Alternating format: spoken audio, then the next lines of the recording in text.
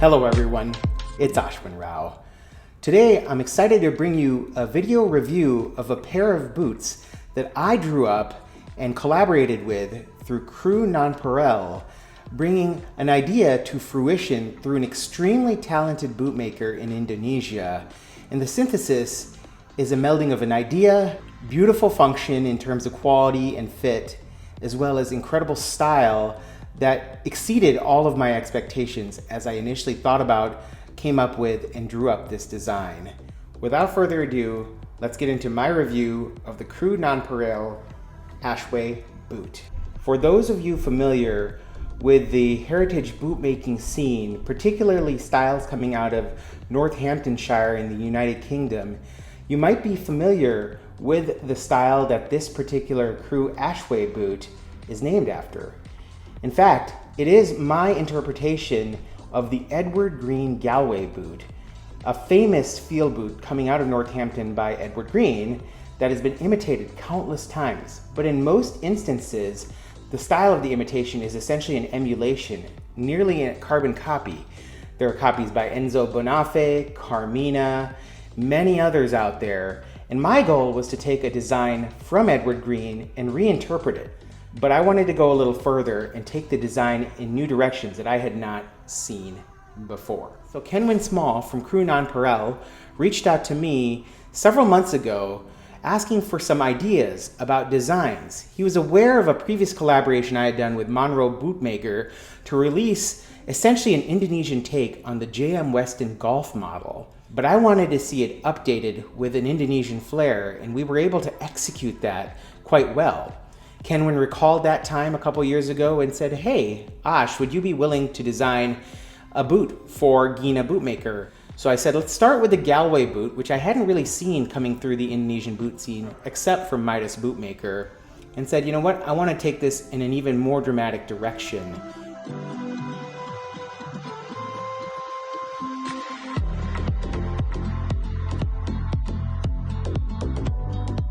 Let's talk a little bit about the modifications from the Galway style. I think the most obvious is this particular design here on the side panel. Now, whereas the Galway has a down swooping peak along the side paneling, you can see that the Crù Ñonpareil Ashway has an up sweeping design. Further, you can look at the tab that adorns the end of the facing of this shoe, and you can see this curved out design. Now, Midas Bootmaker does a similar design, but I think this is a little bit more of a dramatic roll-off that I've seen, and I know that there have been other modifications discussed to make this even more unique from other makers.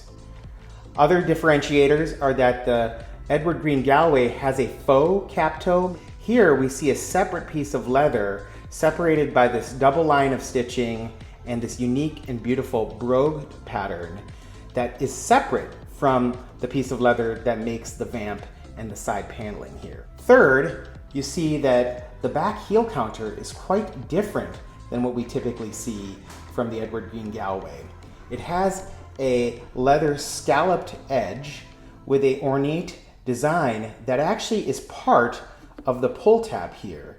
The design actually helps secure the pull tab to the side of the shoe, and yet you see how that pull tab and scalloped edge rolls in to the upward facing shape of the side paneling here. And we see another slight difference if you know your Galway boots. You see 5 eyelets here followed by 3 speed hooks, whereas the Galway typically has 4 eyelets and 4 speed hooks. Finally, we see Veldtschoen construction. Now, most Galway models and other takes on this will use a single row flat welt. This particular model has a 270-degree stitch down construction.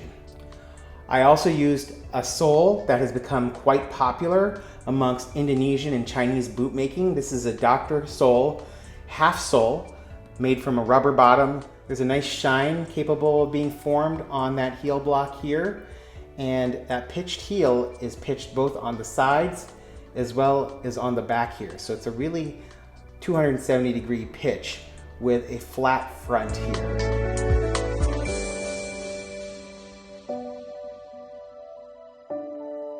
This is horsebutt leather from the Maryam Tannery out of Italy.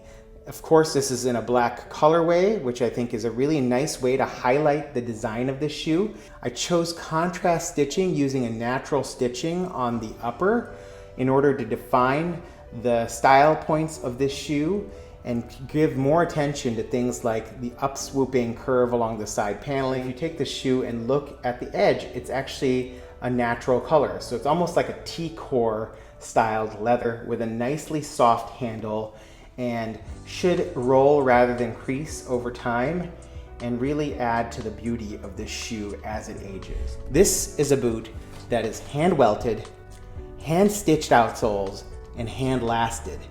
I wanted to get more into the details to tell you why I think this boot really deserves your attention as one of the best executed boots that I certainly have ever come across. I wanted to provide some objective evidence here by comparing the Crù Ashway to a very famous makeup from Flame Panda, as well as another famous makeup, the service boot from Onderhoed Handmade, also based out of Indonesia. First up, I wanted to talk about the outsole stitching of this shoe.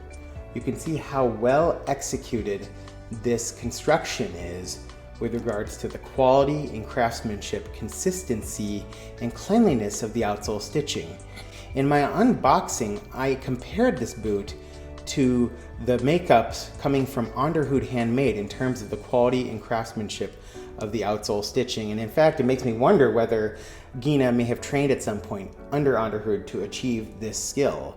You can see the outsole stitching from the Crù boot, and now you can see the outsole stitching from Onderhoed. In both cases, the stitches are laid down with a slight diagonal pitch and a twist to the actual thread that yields a very unique and beautiful pattern. Onderhoed does an incredible job with the upper stitching, and again, when you compare the Crù boot, you can see very comparable levels of quality in terms of the stitching of the upper.